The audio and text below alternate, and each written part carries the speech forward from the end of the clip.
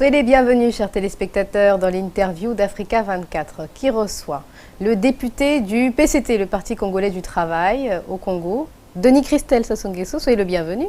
Merci, bonjour. Alors nous allons discuter de la vie politique de votre pays, essentiellement, à travers des questions. Je vous prie de lire la première à voix haute, s'il vous plaît. Comment jugez-vous l'actuelle vie politique congolaise? Tout en sachant qu'un dialogue national a été organisé à Sibiti entre le 13 et le 17 juillet, donc il n'y a pas très longtemps. En effet.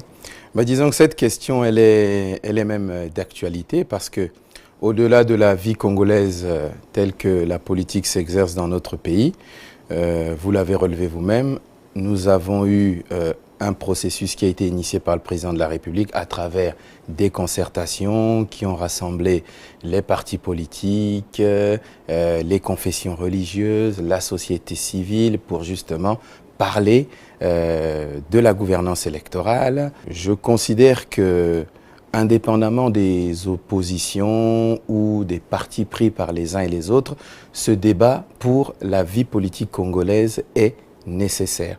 Nécessaire pourquoi? Parce que nous ne pourrons pas bâtir notre pays dans la contestation récurrente. Mais est-ce qu'il y a réellement dialogue? Parce qu'on a vu qu'une partie de l'opposition, notamment, n'a pas souhaité participer à ces assises, à cette discussion. Donc il n'y a même pas eu cette volonté de dialoguer avec le pouvoir. L'opposition dont vous parlez, une partie d'elle avait déjà refusé les concertations politiques d'Evo.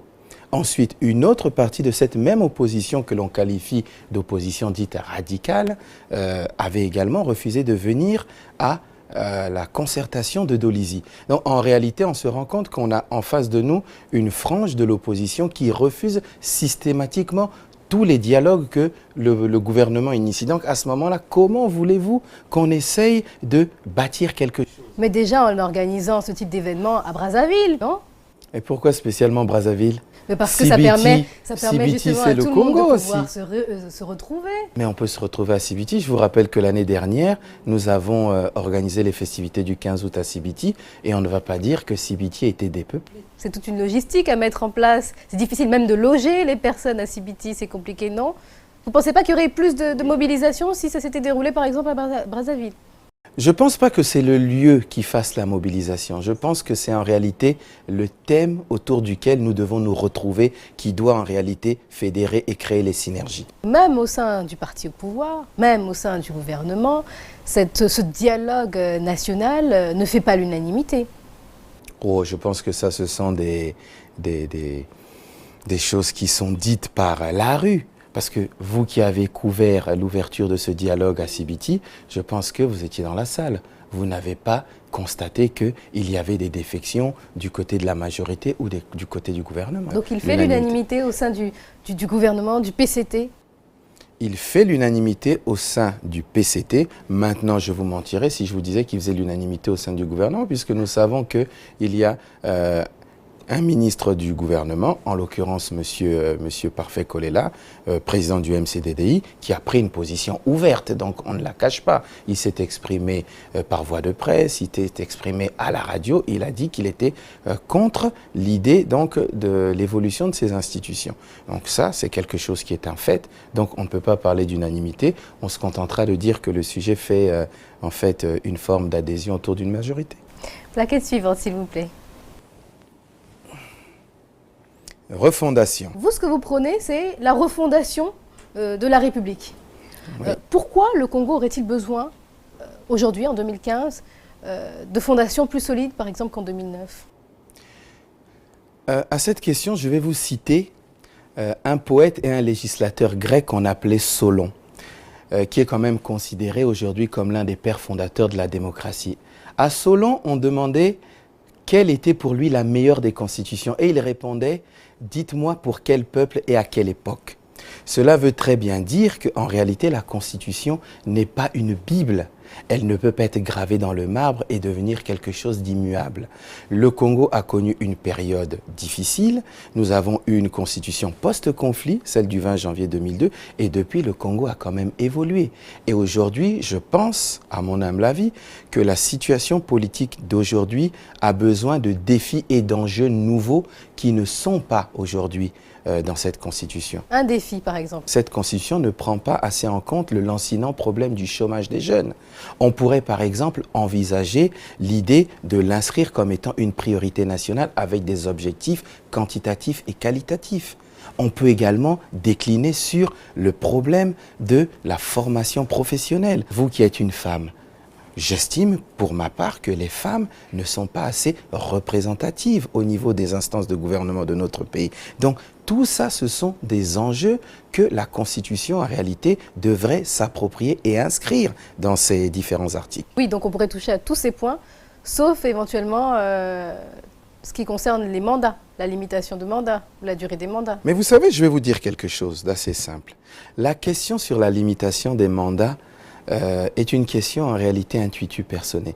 Parce que tous ceux qui parlent de cette question précisément dans la Constitution du 20 janvier, si vous reprenez les déclarations de ces mêmes acteurs politiques en 2009, vous allez elles nous existent, mais elles existent, c'est un fait. On ne les a pas inventées, c'est eux qui l'ont dit.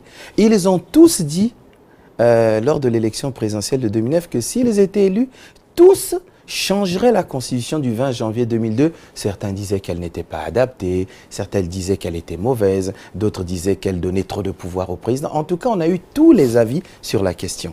Et tous parlaient de changement. Je n'ai pas entendu un acteur politique à cette époque-là parler de révision. Et étrangement aujourd'hui... Vous êtes toujours à contre-courant. En 2009, quand tout le monde le voulait, vous ne le souhaitiez pas. Et maintenant que personne ne le veut, vous le souhaitez. Non, ce n'est pas ça. C'est simplement pour dire qu'en réalité, sur cette question, il y avait toujours eu une adhésion et une unanimité. Aujourd'hui, étrangement, les mêmes qui demandaient le changement de cette constitution hier, aujourd'hui, veulent simplement faire une révision ou veulent garder le statu quo. En réalité, on se rend bien compte que le problème ne sont pas les textes. Le problème, c'est en réalité un homme.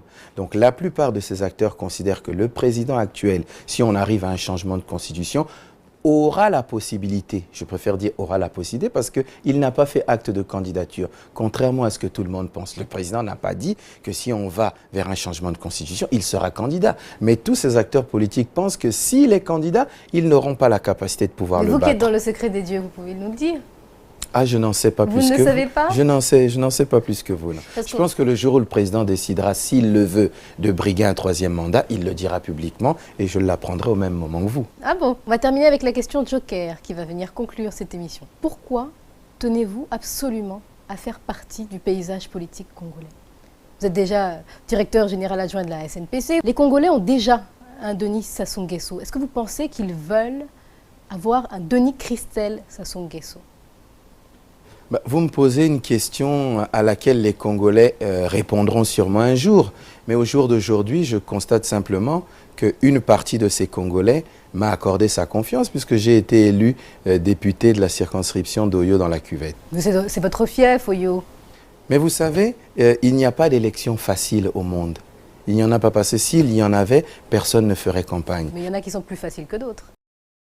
Elles ne sont pas plus faciles que d'autres, elles sont simplement plus abordables que d'autres. Mais elles ne sont pas forcément faciles, parce que si elles étaient faciles, personne ne ferait campagne. Et je rappelle quand même qu'en 2012, lors de la campagne législative, je suis allé à Oyo faire campagne. Si c'était si facile, je serais resté à Brazzaville ou je serais resté chez moi. C'est pour la forme, tout de même. C'est ce que certains pensent. Vous êtes quasiment certain d'être élu à Oyo. Pour une raison simple, je vous dirais que ce n'est pas vrai, parce que contrairement à ce que les gens peuvent penser, on dit Oyo c'est le fief, mais les gens à Oyo ne me connaissaient pas, parce que Oyo c'est un ensemble de villages qui se déclinent sur 3 axes. Tous les villages, parce que je les ai tous faits, tous les villages où je suis allé faire ma campagne, les gens ne m'avaient jamais vu. Donc ils ne vous connaissaient pas et après un passage, ils ont tout de suite voté pour vous. Ils ne me connaissaient pas et j'ai dû aller expliquer pourquoi je venais là, qu'est-ce que je pouvais apporter à cette circonscription et c'est à la faveur de cela que les gens ont découvert en réalité la personnalité que j'étais. Mais les gens ne me connaissaient pas, donc on ne peut pas dire que parce que je me suis présenté à Oyo, cela a été plus facile qu'ailleurs. On vous prête ici et là certaines intentions. notamment celle d'être désigné dauphin. Et vous répondez d'ailleurs qu'avant d'être le fils du président, vous êtes un citoyen avant tout, avec les mêmes droits et les mêmes devoirs. Mais vous avez un peu plus de droits tout de même que le Congolais moyen, non? Voire des passe-droits même parfois. Ah bon, lesquels? Vous n'avez pas le sentiment que vous êtes un privilégié au Congo?